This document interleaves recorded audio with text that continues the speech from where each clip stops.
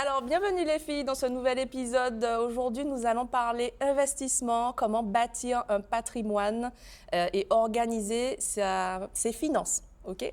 Donc, je rappelle pour ceux qui me découvrent aujourd'hui que je m'appelle donc Sabine Chalonneau. Vous pouvez vous abonner à la page YouTube ImoPays, qui est le podcast, et à ma page Instagram également, Sabine ImoPays. Aujourd'hui, j'ai le plaisir d'accueillir Mike Adracé. Bonjour Mike. Bonjour Sabine. Bienvenue dans le podcast ImoPays. Donc, j'espère qu'aujourd'hui, tu vas nous donner des bons conseils pour qu'on puisse apprendre à investir intelligemment. Déjà, merci pour l'invitation. De rien. Et puis, normalement, à la fin du podcast, on devrait avoir quelques éléments intéressants. Quelques pistes, j'en suis sûre. Donc, nous parlerons argent aujourd'hui, mesdames. Aujourd'hui, comment préparer financièrement donc, sa vie et construire une stratégie complète pour atteindre ses objectifs et les atteindre concrètement. OK? Donc aujourd'hui, Mike est conseiller en investissement financier, expert de la zone Antilles-Guyane. Donc, en quelques mots, Mike, est-ce que tu peux nous expliquer ton parcours? Pourquoi tu as choisi d'accompagner spécifiquement les investisseurs sur notre marché antillais? Et as-tu aussi des clients d'Hexagone ou à l'étranger? J'ai choisi ce métier un peu par passion, parce que dès le départ, dès que j'ai eu mon premier CDI, enfin mon seul CDI d'ailleurs, j'ai tout de suite été voir un conseiller. Je me suis dit, je ne savais pas ce qu'il fallait faire, mais je savais qu'il fallait faire quelque chose. Tu travaillais où? Et j'étais responsable marketing des restaurants Élysée, initialement.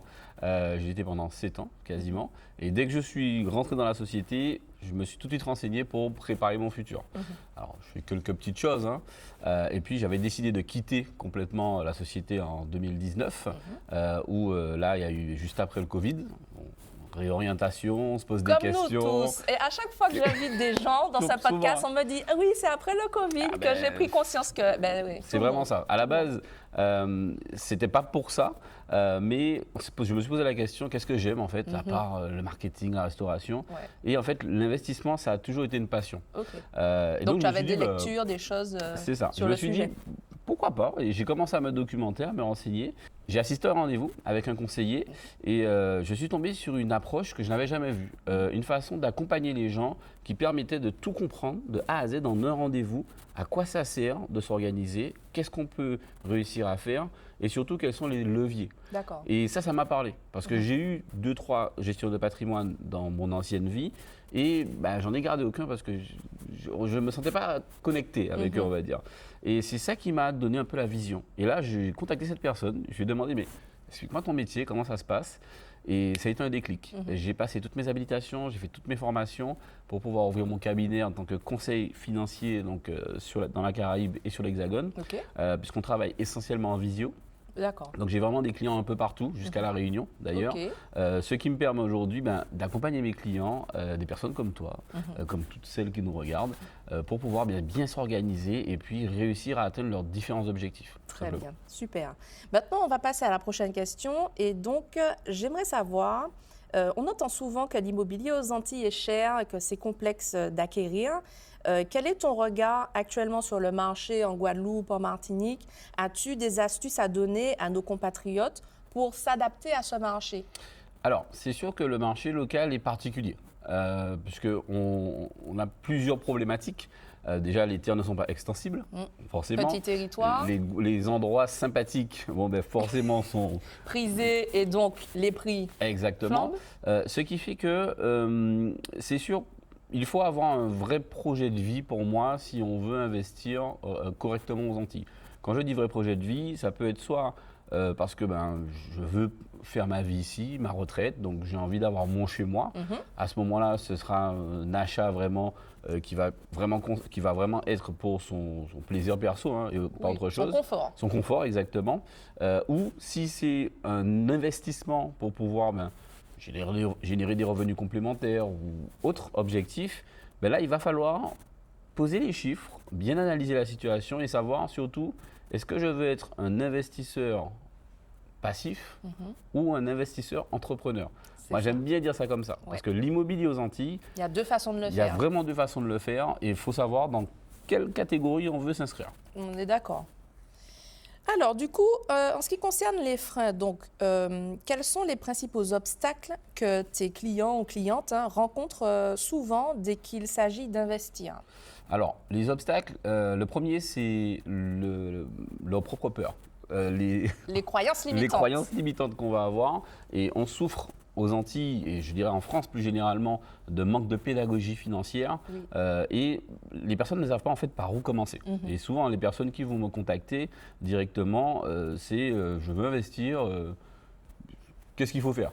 C'est ça. Et donc, la première chose, c'est ça. La seconde, c'est notre mode de vie. On aime quand même bien se divertir.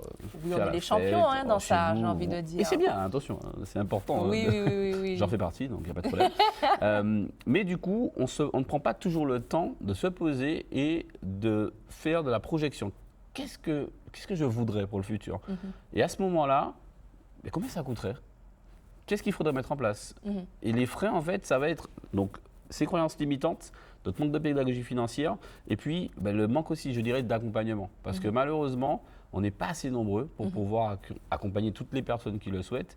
Et c'est pour cette raison, justement, qu'on fait ce genre de podcast, Oui. pour pouvoir démocratiser le sujet. le D'ailleurs, tu as un pourcentage que tu m'avais donné, il me semble, de nombre de personnes qui nécessiteraient un Oui. accompagnement. Et en France, tu peux nous dire? Aujourd'hui, il y a à peu près 33 millions de personnes qui épargnent, qui sont en capacité d'épargner, Ouais. en France, dom-tom, etc. Oui. Et il y a à peu près 1,5 million qui sont accompagnés de conseillers indépendants. Ça veut dire qu'il y a toute une flopée de personnes qui soit vont se référer à ce qu'ils trouvent sur Internet. Alors, Ou au conseiller bancaire. au conseiller Le bancaire. plus simple, tout le monde va à la banque prendre un rendez-vous. C'est ça. Bon, ex-bancaire que je suis, pour ceux qui me découvrent, j'ai passé 10 ans dans le réseau bancaire. Bon, j'en ai conseillé des personnes aussi en investissement. Après, ça reste du produit maison souvent, des choses que la banque commercialise avec des supports parfois limités. Bon, voilà, ça... Alors, j'ai toujours la politique, je ne tape pas sur les banquiers parce qu'il y en a beaucoup qui qui voudraient bien faire, mais des fois c'est le temps.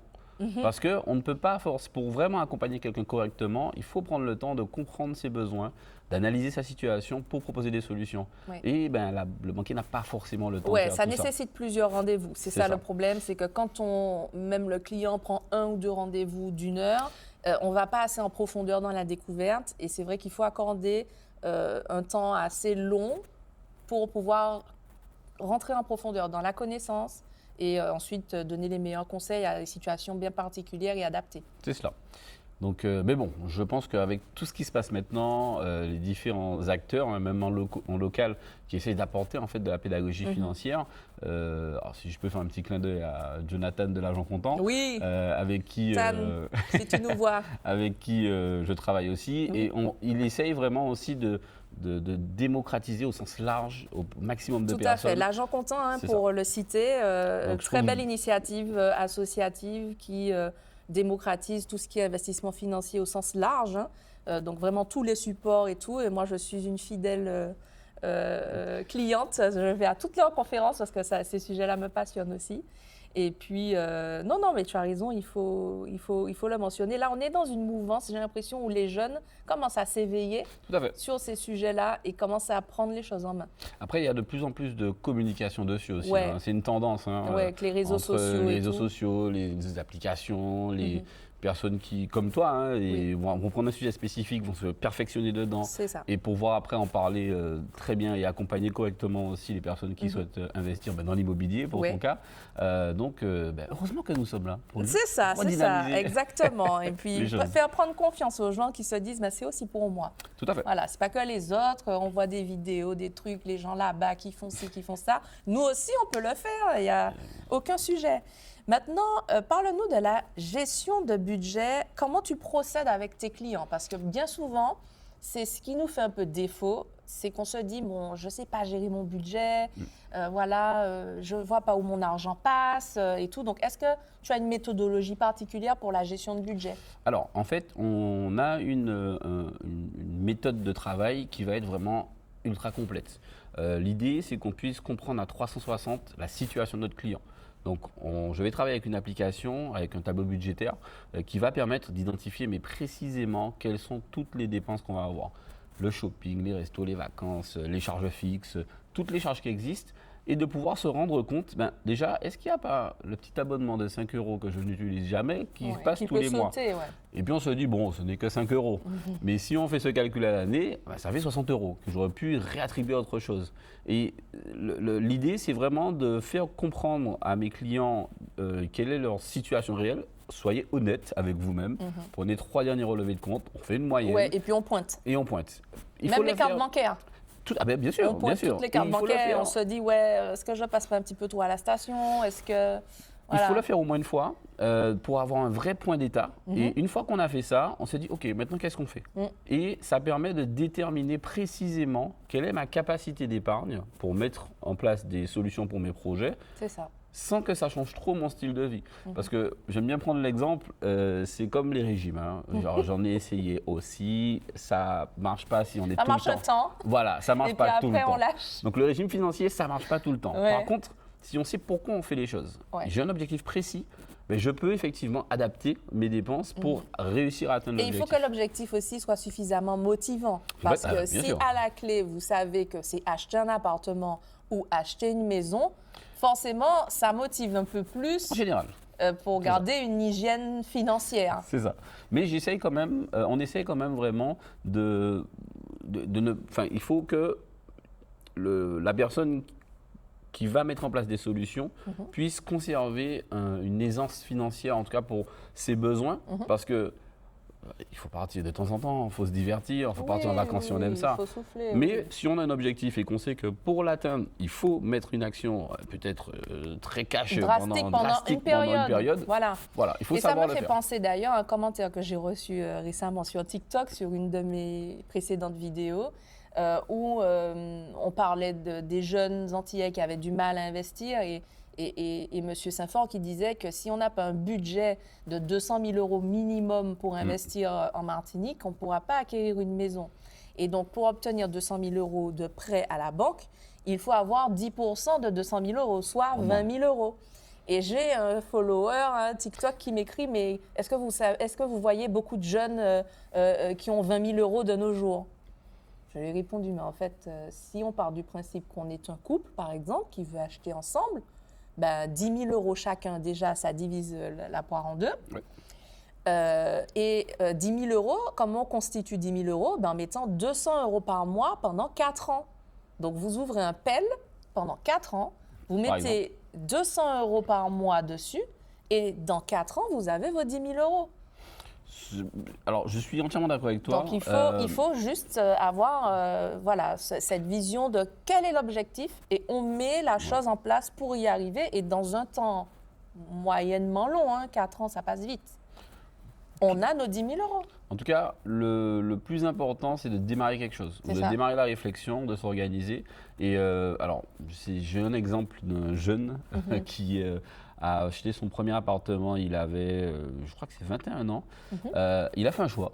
À partir du moment où il a commencé à travailler, alors il faisait ses études, mais en fait, ce qu'il épargnait, il mettait de côté, c'était pour faire son apport. Et il vivait chez ses parents pendant ce temps-là. Pendant 2-3 ans, il a accepté de faire ça. Ouais. Et du coup, ça lui a permis d'avoir son premier apport, son premier appartement. Après, il a acheté un deuxième, etc. Mais c'est un choix. C'est un choix. Si j'en ai envie, si c'est un besoin, ou même un souhait, est-ce que je suis prêt à faire les efforts nécessaires pour? C'est ça. Voilà. Donc voilà, mesdames, vous savez, c'est une question de choix. Voilà. Donc, du coup, on va passer à la question suivante. Tout simplement, pour une femme qui souhaite devenir propriétaire dans 2 ou 3 ans, de quoi a-t-elle besoin? Donc, pour commencer aujourd'hui, là, est-ce que tu as un exemple concret? Là, tu parles de jeune homme, d'après ce que j'ai compris. Oui, c'est un exemple. Est-ce que tu as un exemple d'une jeune femme? Alors, tout à fait.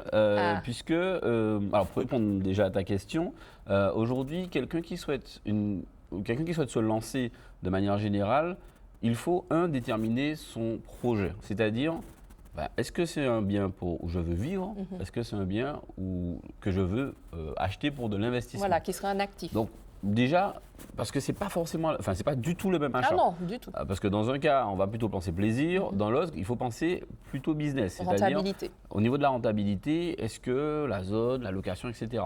Donc ça, pour moi, c'est le premier point. Une fois qu'on a fait ça, c'est budgétiser son projet. Alors, budgétiser son projet, ça se fait aussi en fonction de sa propre capacité d'investissement, sa capacité d'endettement. C'est ça. Donc, je budgétise mon projet en fonction de mes revenus. Une fois que je connais mon projet, je l'ai budgétisé, je me renseigne pour avoir les conditions. Donc là, se renseigner auprès d'organismes bancaires. Si j'ai tel projet, dans quelles conditions pouvez-vous me prêter ces fameux 200 000 euros? C'est ça. Et à ce moment-là, on a un projet, on a un budget, on sait quel apport il nous faut. Et bien là, on met en place une organisation pour avoir cet apport, si on ne l'a pas déjà. C'est ça, parce qu'on sait que c'est comme un effet domino, en fait. Dès qu'on a le premier domino de l'apport, tout s'enclenche derrière pour arriver au résultat. C'est ça. Et pour donner l'exemple, je ne t'ai pas oublié. Voilà. J'ai une cliente effectivement avec qui on a commencé à travailler, qui est en Martinique d'ailleurs.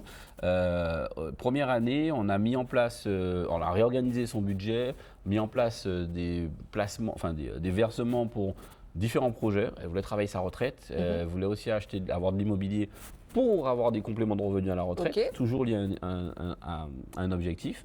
Du coup, la première année, c'était du placement pur pour du long terme qu'on va continuer à faire. Mais en parallèle, on faisait aussi des versements sur des supports. Pour préparer ce projet d'investissement IMO. Et du coup, elle a quel âge à peu près? De mémoire, elle a 28 ans aujourd'hui. Donc jeunesse, hein? Voilà, de mémoire, elle a 28 ans. Je n'ai pas l'âge de tous mes clients en tête. Non, mais c'est pour donner un exemple inspirant, tu vois, pour vraiment donner l'archétype de la personne qui a 28 ans, qui commence à réfléchir à son avenir. C'est ça. Et ça, c'est bien.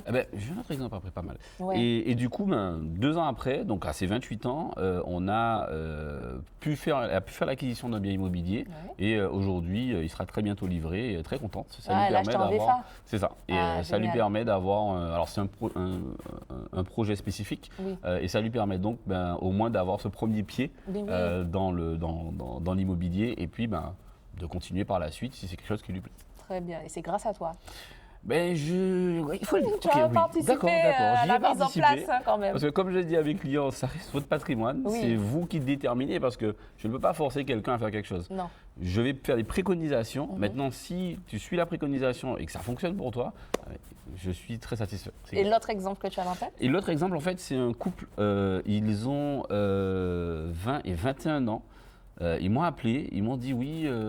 On vient d'avoir nos CDI, on veut s'organiser pour notre futur.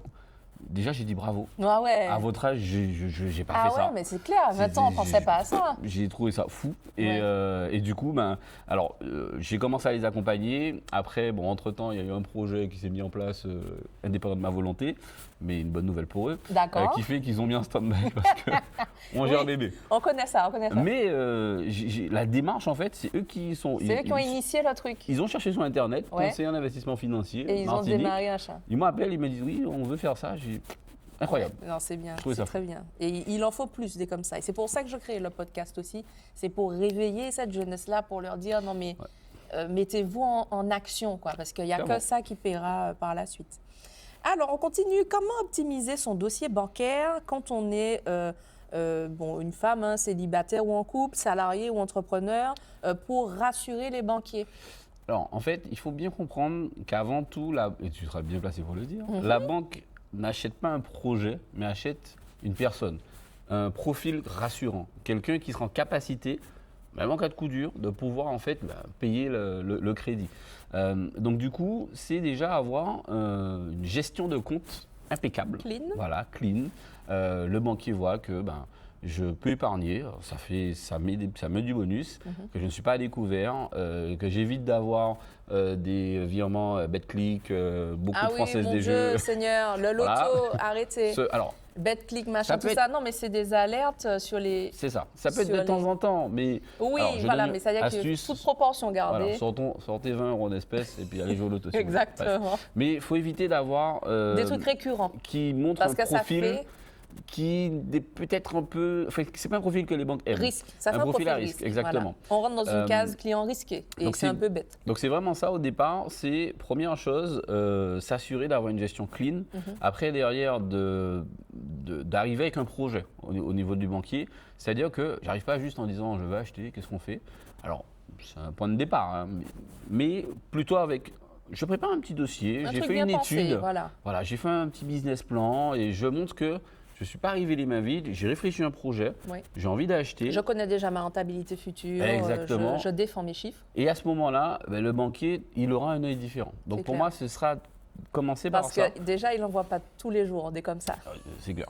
Donc, Parce que c'est vrai que la plupart des gens arrivent un peu les mains ballantes. Oui, j'aimerais faire ci, j'aimerais faire ça, des rêveurs.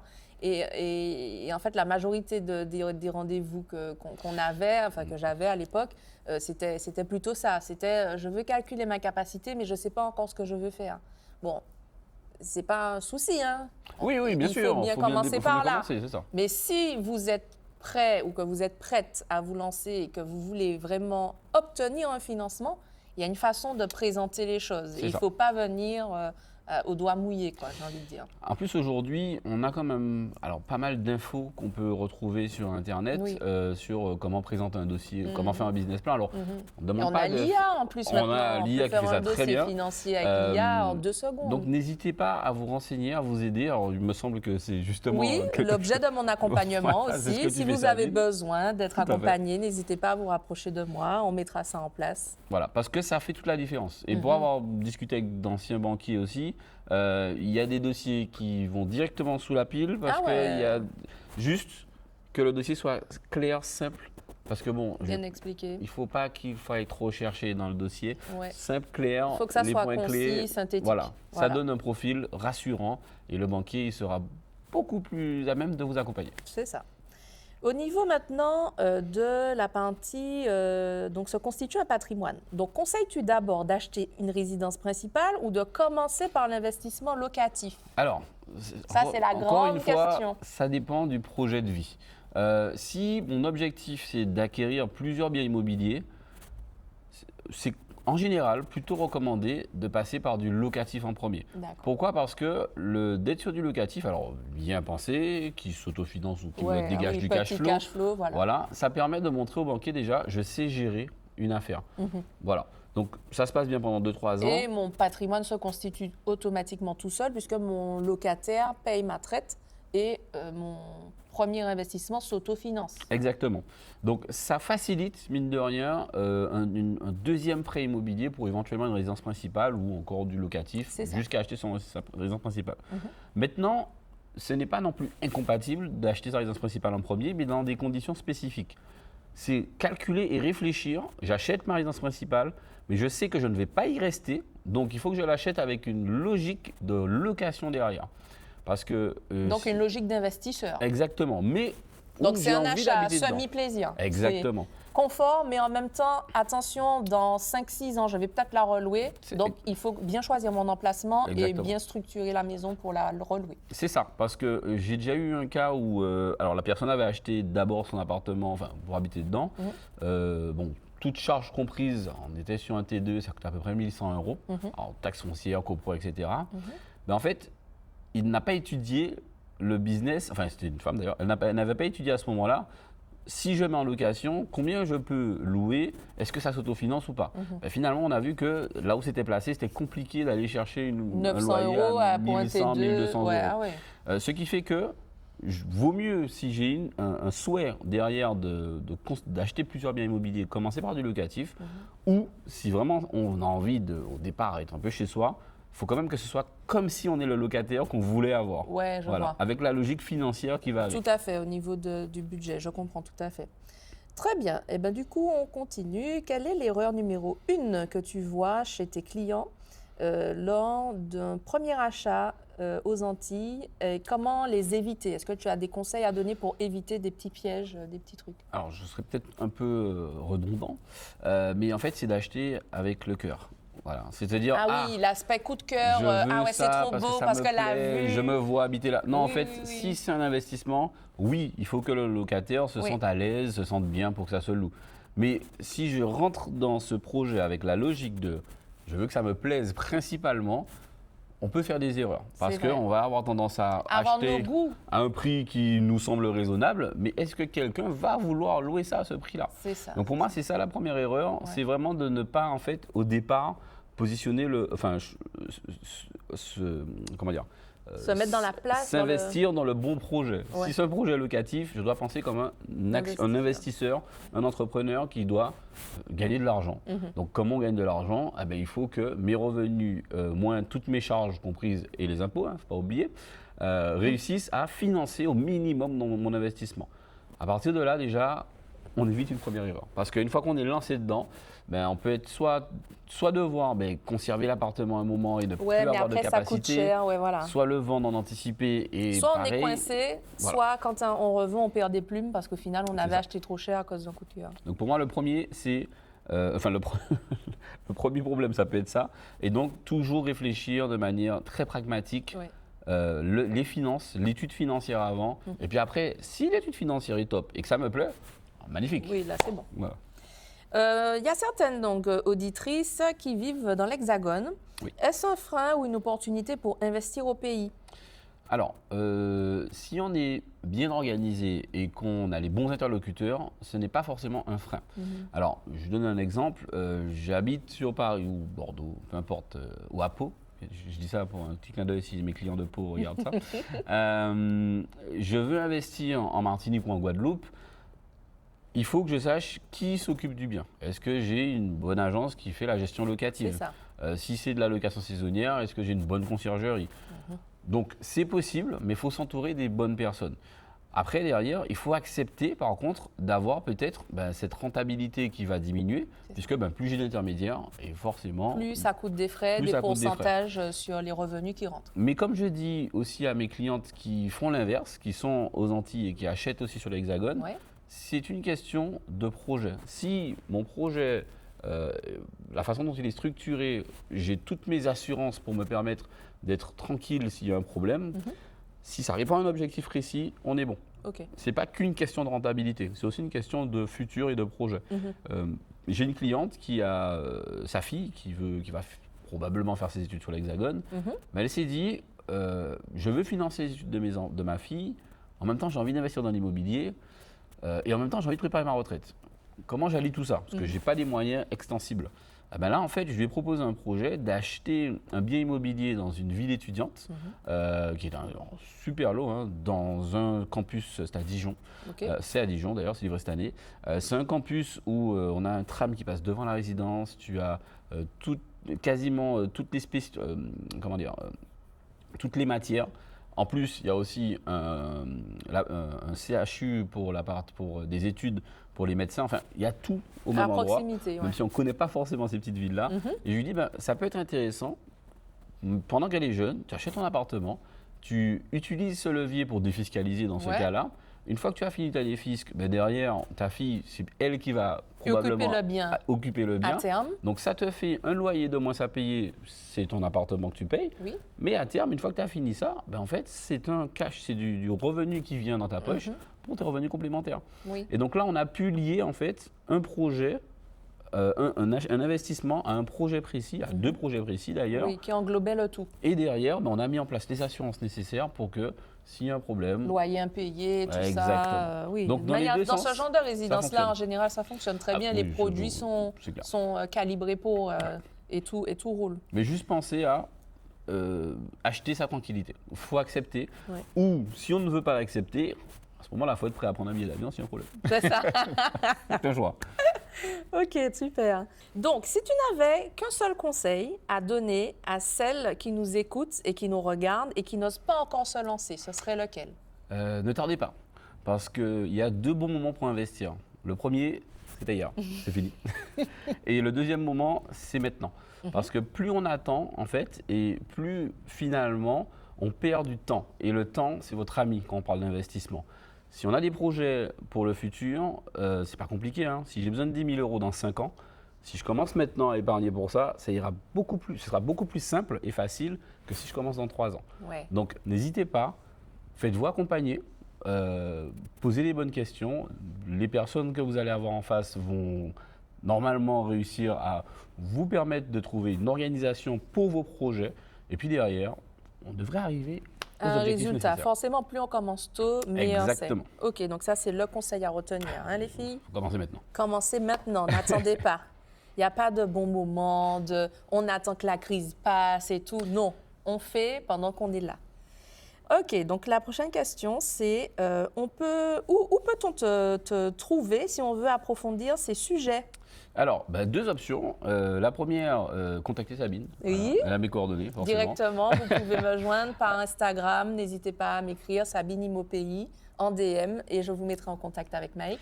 Sinon, vous pouvez simplement taper Mike Adracé sur Google. Normalement, toute la zone Caraïbe, la fiche remonte très rapidement puisque comme on travaille énormément cette relation client, donc nos clients nous recommandent beaucoup.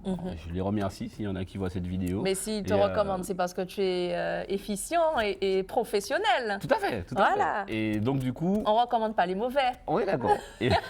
Et donc du coup, même sur Google, on est numéro 1, que ce soit Martinique, Guadeloupe, Guyane. Ouais. Donc vous devriez trouver assez facilement. Très bien. Et comme ça, vous dites que voilà, vous venez parce que vous avez vu la vidéo, vous avez vu le podcast de Sabine. Et Mike se fera un plaisir de vous accompagner. Eh bien, écoute, Mike, je te remercie pour cet échange qui a été très instructif. On a appris plein de choses aujourd'hui, je ne sais pas pour vous. Si vous avez appris des choses, dites-le nous en commentaire. Mettez un pouce, un beau like sur cette vidéo, double pouce. Et puis, écoute, merci. Avec plaisir. Et puis, on reste en contact pour les aventures à venir. Les filles, n'hésitez pas à vous abonner, et messieurs aussi qui regardent, puisqu'on a un public masculin aussi. N'hésitez pas à vous abonner à la page, donc Sabine Imopéi, et également sur YouTube, donc ma chaîne Imopéi pour le podcast. Et je vous dis à bientôt pour un prochain épisode. Bye bye. Au revoir.